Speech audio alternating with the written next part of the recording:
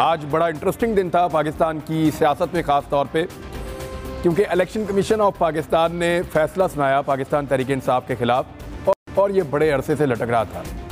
तहरीक इंसाफ बार बार कहती रही कि सारी पॉलिटिकल पार्टीज़ का एक साथ आप सुना दें, पीपल्स पार्टी का भी साथ सुना दें, PMLN का भी सुना दें, फजलुर रहमान साहब को भी देख लें, आप एक साथ सुना दें। इस पर एक अदालती ऑर्डर भी मौजूद था, लेकिन इसके बावजूद इलेक्शन कमीशन ऑफ पाकिस्तान ने अकेली पाकिस्तान तहरीक इंसाफ का फ़ैसला पहले महफूज किया और आज सुना दिया।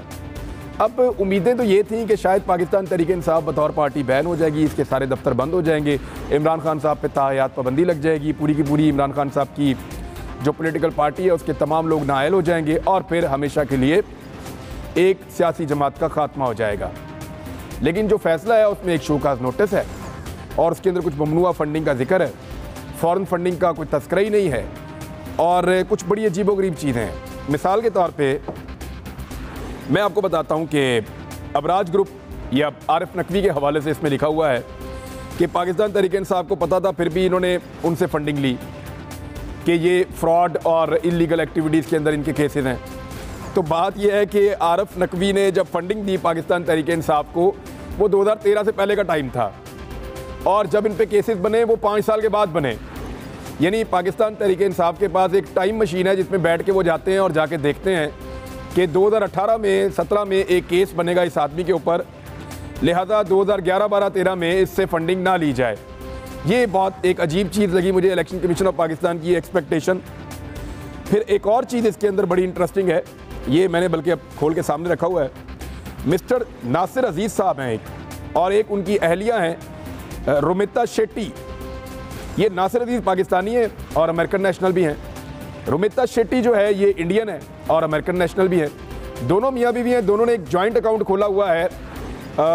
जॉइंट अकाउंट इनका मौजूद है एक और मुल्क में और स्विट्ज़रलैंड, सिंगापुर में इनका एक जॉइंट अकाउंट है। उससे इन दोनों ने या इस जॉइंट अकाउंट से इन्होंने 27,500 रुपये भेजे हैं और नासिर अजीज़ की ख्वाहिश के ऊपर ये पैसे भेजे गए हैं क्योंकि वो पाकिस्तानी भी है और उसने पाकिस्तान तहरीक इंसाफ को $27,500 का फ़ंड किया है।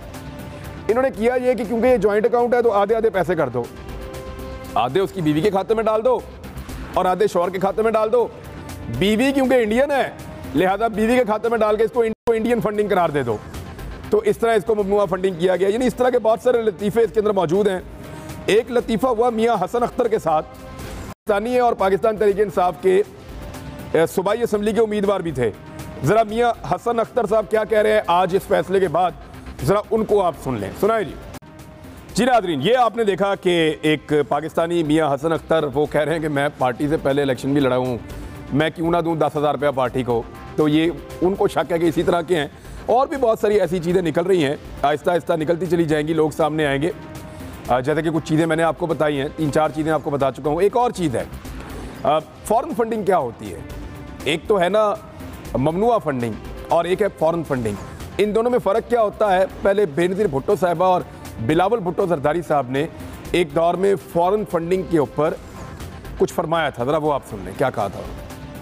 1989 की बात है कि उसामा बिन लादेन ने $10 मिलियन भेजा था एक फौजी जनरल को और उस फौजी जनरल ने उसामा बिन लादेन को नवाज शरीफ से मिलाया और कहा कि ये हमारी मदद कर रहा है। कई मीटिंग्स हुए प्रोविंशियल मिनिस्टर्स के साथ और उसके बाद ये नो कॉन्फिडेंस मूव 1989 की असेंबली में हुआ जो डिफीट हुआ।